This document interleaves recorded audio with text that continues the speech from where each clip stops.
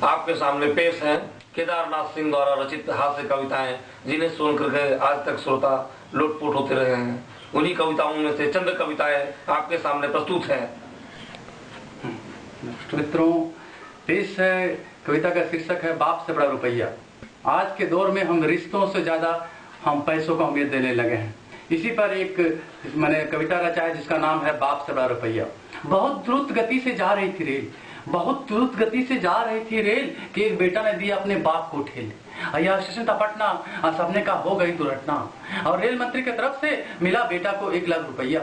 मैंने उससे पूछा आखिर तुमने ऐसा क्यों किया भैया? तो उसने कहा बाप से बड़ा रुपया, बाप से बड़ा रुपया, बाप से बड़ा रुपया, बाप से बड़ा रुपया।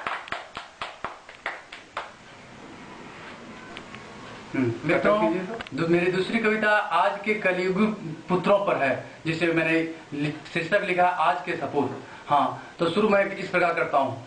माँ बाप की आज्ञा ना माने, माँ बाप की आज्ञा ना माने और बड़ा छोटा की कदर ना जाने। स्कूल में करे दादागिरी और पैसा मिले तो पिए सिगरेट बीड़ी। स्कूल में करे दादागिरी और पैसा मिले तो पिए सिगरेट बीड़ी। और लड़ा झगड़ा करके जाए जेल और इम्तिहान में 10 बार करे फेल। और ले बाप से रंगदारी टैक्स हर महीना और माँ बाप का मुश्किल कर दे जीना। आदर्श सपूत के है यही पहचान और ऐसे पुत्र के पिता होंगे बहुत मान, ऐसे पुत्र के पिता होंगे बहुत मान।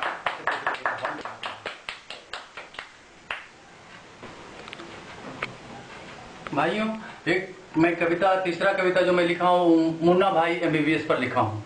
करीबी डॉक्टर पे बुद्धूमल कर रहा था डॉक्टर बनने की जिद, बुद्धूमल कर रहा था डॉक्टर बनने की जिद। अब आपने दिया डॉक्टर की डिग्री खरीद। और बुद्धूमल जब इंजेक्शन लगाया बेचारा रोगी प्राण गवाया। ऑपरेशन के समय कैंची दिया पेट में छोड़, ऑपरेशन के समय कैंची दिया पेट में छोड़ और कहा हम नहीं, रक्षा करेगा तुम्हारा गौर, रक्षा करेगा तुम्हारा गौर, रक्षा करेगा तुम्हारा गौर।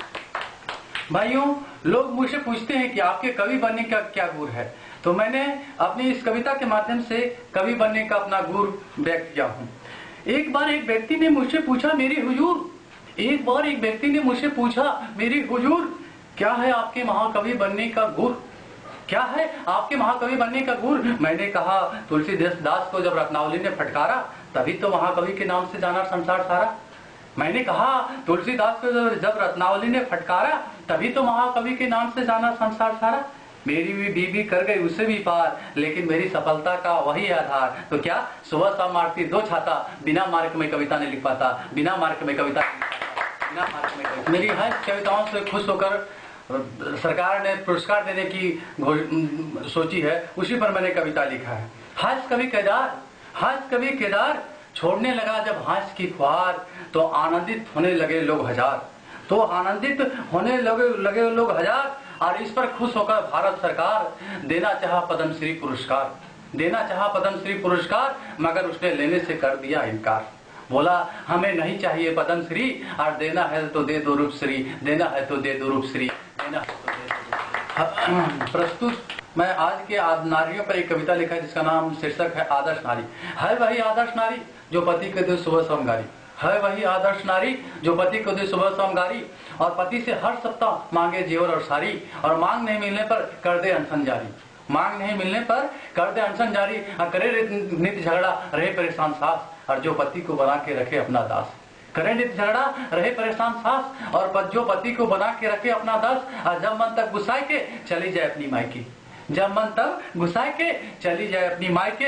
आदर्श नारी की है यही पहचान, ऐसे पत्नी के पति होंगे बहुत महान, ऐसे पत्नी के पति। वही प्रस्तुत कविता में आज के पुलिस के संदर्भ में लिखा हूँ। ऐसी है आज की पुलिस, ऐसी है आज की पुलिस, जिसे देख के बड़े खीस, जिसे देख के बड़े खीस। और गुंडों को करे सलाम और शरीफ को मार के फाड़ दे चाम, गुंडों को करे सलाम और शरीफ को मार के फाड़ दे चाम। और गुंडों से ले घूस और शरीफ को दे जेल में ठूस, गुंडों से ले घूस और शरीफ को दे जेल में ठूस। और कहानी को तो देश का रक्षक मगर है देश का असली भक्षक, मगर है देश का असली भक्षक, मगर है। दोस्तों, मैं सांप्रदायिक सौहार्द पर एक कविता लिखा हूँ। कविता का शीर्षक है इंसान।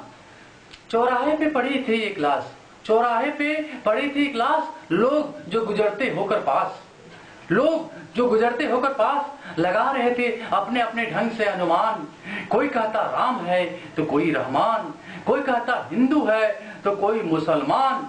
लोग उसके हथेलियों पर अंकित चिन्हों से कर रहे थे पहचान। लोग उसके हथेलियों पर अंकित चिन्हों से कर रहे थे पहचान। कोई बताता ओम तो कोई बताता आमीन का निशान।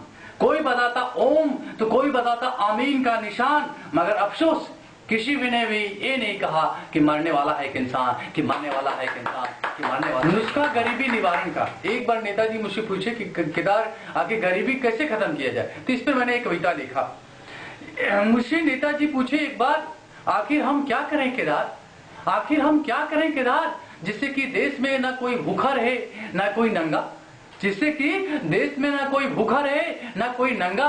मैंने कहा इसका सबसे बढ़िया उपाय है भड़का दीजिए दंगा, भड़का दीजिए दंगा।